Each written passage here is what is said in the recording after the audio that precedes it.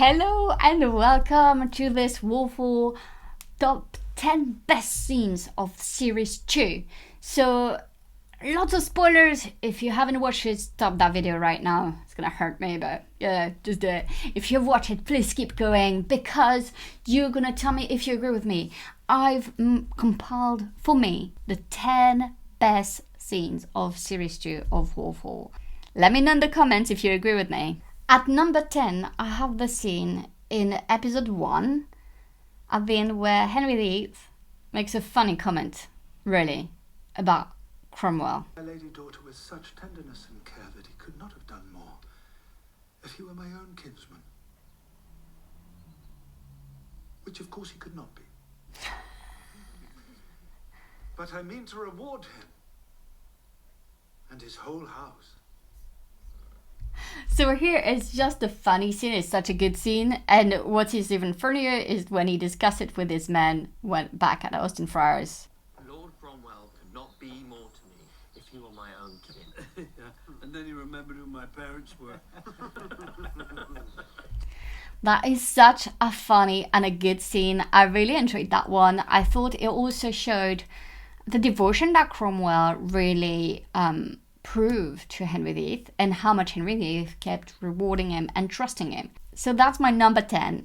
Now let's go on to my number 9. My number 9 is in episode 3 where Henry VIII is losing his temper with his Privy Council and said that he can do anything he wants, even naming Cromwell's heirs as heir to the throne. It was a very powerful scene in terms of power, of display of power from Henry VIII. Lord Cromwell is put down. Would these rebels do it? Colin Clump and Peter Piss Piddle and old Grandpa Guthead and his goat? Let them remember this. When I choose a humble man for my counsellor, he is no more humble. I made my minister, and by God I will maintain him. If I say Cromwell is a lord, then he is a lord. And if I say Cromwell's heirs will follow me and rule England, and by God they will do it! So everyone is so shocked. You can see even Cromwell's face like, oh my god, I wish you didn't say that. I have already so many enemies, shut up. It's such a good scene. I mean, I really loved it. I loved the acting. I think it was just so brilliant. So it's about the Pilgrimage of Grace. You know, the rebels, they want Cromwell's head. I won't have it. Cromwell will go down when I tell him to go down. Oh, yes, Henry. Of course, Henry. You do that. My number 8 is a funny scene between Chapuis and Cromwell in episode 1, where Chapuis said, let's go back to Rome. And Cromwell's like, yeah, and we'll pay you, and what will I do? And Chapuis said, oh, you can go back being a blacksmith. And I love the reply. So, prepare the Lady Mary for rule, forswear the Gospels, embrace the Pope, bow the knee to idols, and undo all that we've done over these last 4 years. What shall I do in these brave new days? I mean, me personally. Perhaps back to the smithy. I think I've lost the blacksmith's art, but I can still swing a hammer. I love this because it shows the other side of Cromwell, who's also a very tough man. I really love that scene. I thought it was just absolutely hilarious. And each of the side of Cromwell, yeah, right. Let's undo everything we've done in the last 4 years. You see how important the Reformation or what he's trying to do is to him. Like, it's a very, very powerful scene. My number 7 is when he meets Dorothea, Wolsey's illegitimate daughter, and where she's going to tell him, you're not a good man, I don't trust you, and he's going to lose his temper and say, what can I do to make you trust me? It's a very powerful scene because you see Cromwell very vulnerable and also realizing that lots of people think that he betrayed Wolsey. And he probably believed that he didn't. And I think that's debatable, but whatever. Norfolk is my master. I was servant only to your father. Who told you this? How long have you believed this? I've always believed it. And always shall, whatever denial you make. So if I brought proof that you're wrong, written proof that you are Forgery wrong, is among your talents, I hear. you hear too much. You listen to the wrong people. You are angry. Innocence is tranquil. Yes, but if pardon me, but if you have this fixed opinion and you hold on to it, regardless of evidence or regardless of reason, how am I to oppose it? I would swear on I something. wouldn't know you were a perjurer. It's just so good because he's like completely destabilized. He doesn't know what to say, doesn't know how to defend himself.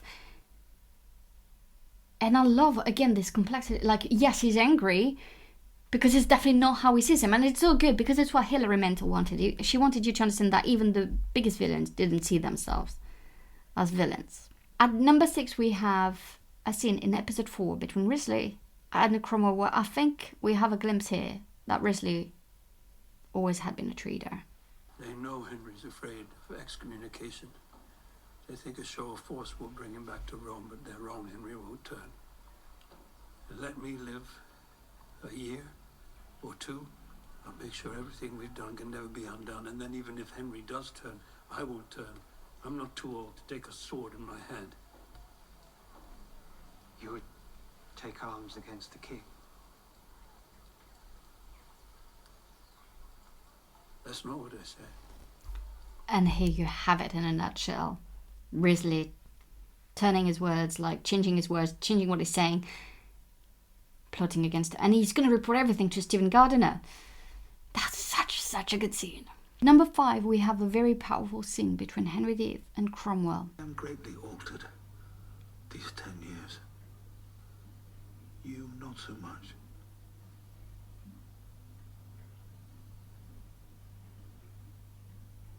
You no longer surprise me, like once you did.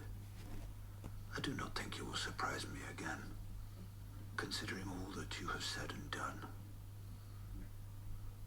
Some of it miraculous, I will not deny, Tom. You have worked beyond the capacities of 10 ordinary men. But still I miss the Cardinal of York.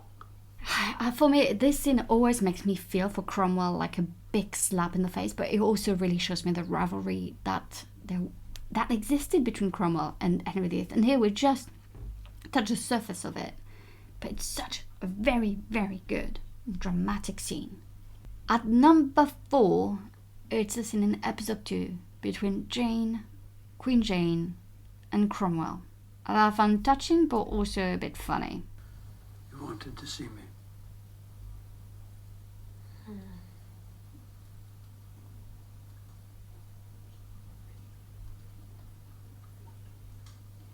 My ladies say that if a wife does not take pleasure in the act,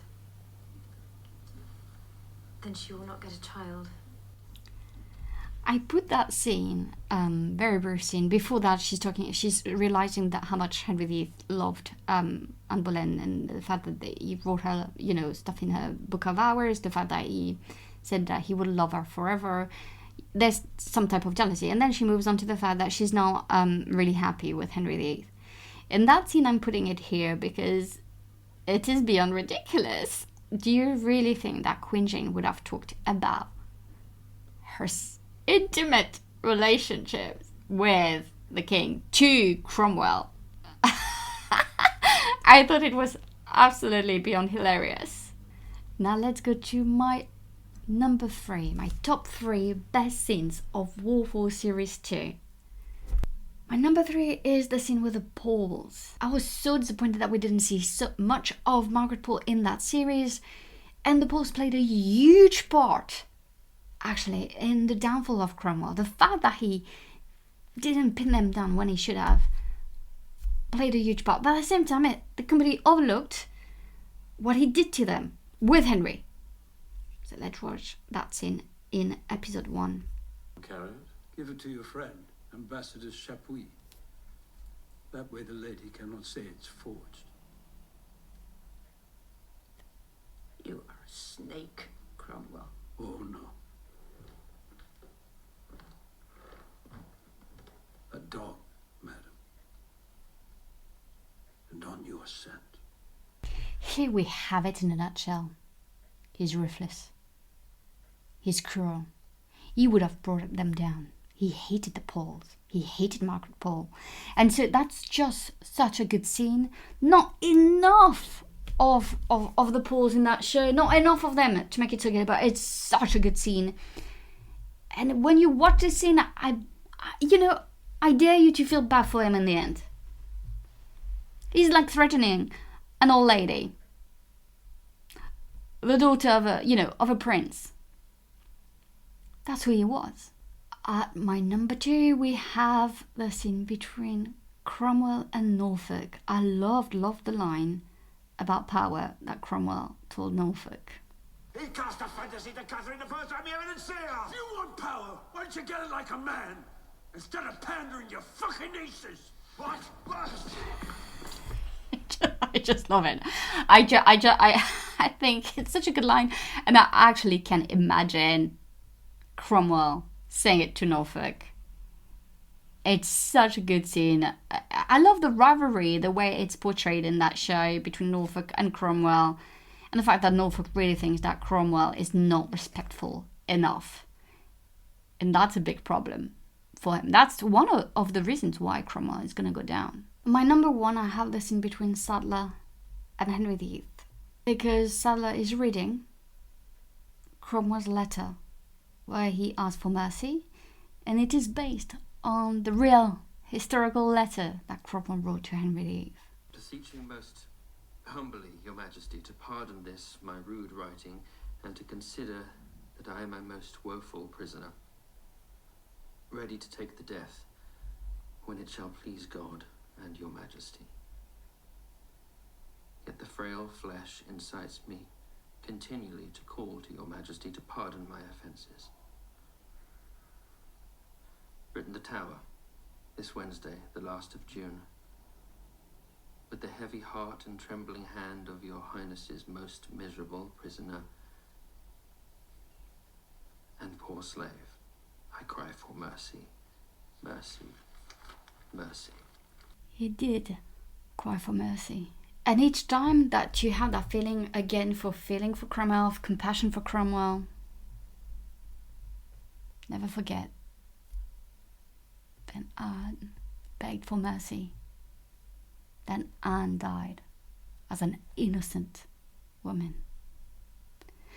Let me know in the comments if you agree with my ranking or if you have another ranking and why.